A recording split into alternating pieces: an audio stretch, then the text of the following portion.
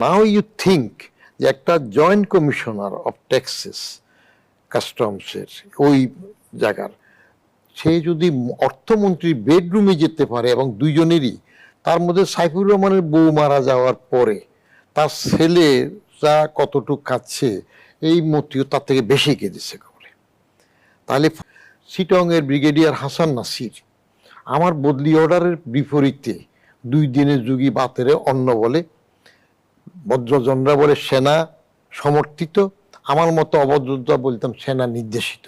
একটা ব্রিগেডিয়ার গভর্নমেন্টের regular secretary অর্ডারকে defy করে ও একটা অর্ডার জারি করছে যে তার পারমিশন ছাড়া ওরা, তা আমি বললো যে না তোমাদের স্ট্যান্ড রিলিজ করে দেব।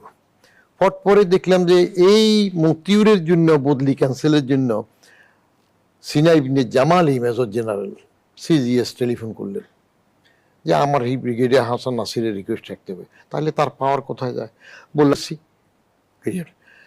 শেষ পর্যন্ত তখনকার গভর্নমেন্টের নাম্বার 1 ম্যান মইনিউ আহমেদ আমাকে টেলিফোন করলো, চেয়ারম্যান সাহেব আমি তো কোনোদিন কিছু চাই নাই, যে আমার অফিসাররা বলতেছে মতিউরকে রাখা দরকার। আমি বললাম স্যার আপনি তো বয়সে আমার ছোট, দুজনই নোয়াখাইল্লা, কিন্তু পদে বড় আছেন, আমাকে বদলি করে দেওয়ার পরে এই অর্ডার ট্রান্সফার করবেন। So long I will be here I will not get it done and never. Motiur আমার অফিসে ঢুকতে পারে নাই, আইআরডির অফিসে, বাসায় গিয়েছে ধানমন্ডি, ঢুকতে পারে না। তাহলে আপনি আমলা ছাগল নাচে খুঁটির জোরে, খুঁটি কোথায় যায়? আপনি রাজনৈতিক নেতৃত্ব যদি আপনার পকেটের জন্য এরকম কিছু পুষবেন তাহলে জায়গাটা ঘুরবে। নাম্বার 1, যত উপরে উঠে তার যদি দেশপ্রেম এবং ন্যায়নিষ্ঠতা কমে যায় তাহলে সে এক একটা হাজারো ইবলিসের চাইতে সেরা শয়তান হয়। থার্ড পয়েন্টে আসেন, আমলার সাথে যদি আমাদের রাজনৈতিক নেতারা একজোট হয়ে যায়, আইসা যদি বলে যে সেক্রেটারি সাহেব অনেক টাকা তো ভোটে খরচ হইলে একটু খেয়াল টেয়াল রাখবেন, তা আমরা তো পাকা ঘাঘু শয়তান বুঝে যে মন্ত্রী সাহেব আমাকে টেস্ট করার জন্য এটা বলতেছে কিনা চুপচাপ থাকে। কিছুদিন গেলে আবার বলে খেয়াল রাখছেন তো, বলে স্যার বুঝি নাই।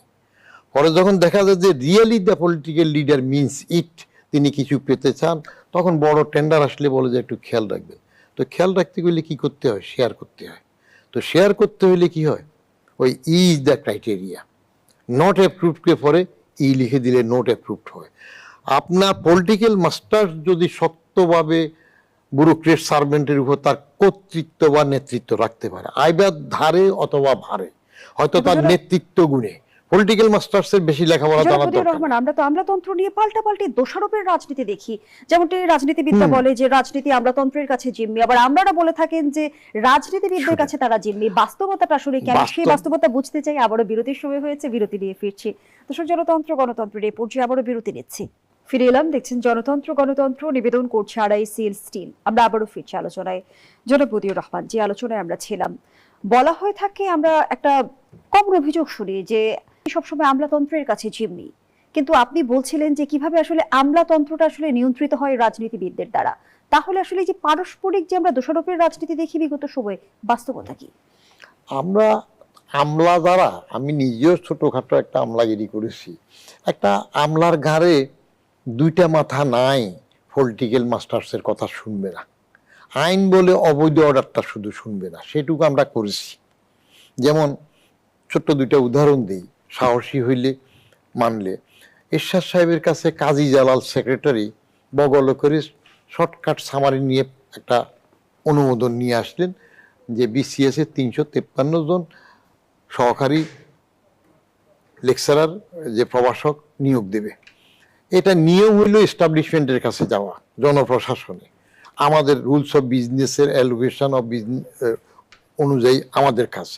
কিন্তু তা না গিয়ে জালাল সাহেব, এরশাদ সাহেবের সাথে দুস্তি ছিল, বড় জালাল সব নিয়ে আসছে। নিয়ে এসে পরে সে সামারি পাঠাইলো যে নিয়োগ দিয়ে দাও। শামসুল হক চিশতি সাহেব তখন এস্টাবলিশমেন্ট সেক্রেটারি, বললো যে প্রেসিডেন্ট অ্যাপ্রুভ করছে দিয়ে দাও। আমি মাত্র ডেস্ক অফিসার রিক্রুটমেন্ট, আমি বললাম যে দেয়া যাবে না। To say no, that is also a good decision if you are according to rules and regulation firm enough. বললাম দেয়া যাবে না। তখন চিশতি সাহেব বললো কেন দেওয়া যাবে না? আমাদের এটা তো কাজী জালাল সাহেব এরকম শর্টকাট প্রেসিডেন্টের অনুমোদন নিতে পারেন না, অসুবিধা আছে। একবার যদি লেফট আউট BCS এর একটা বেস থেকে 353 জন দেন, তাহলে আনসার যারা পাস করছে পায় না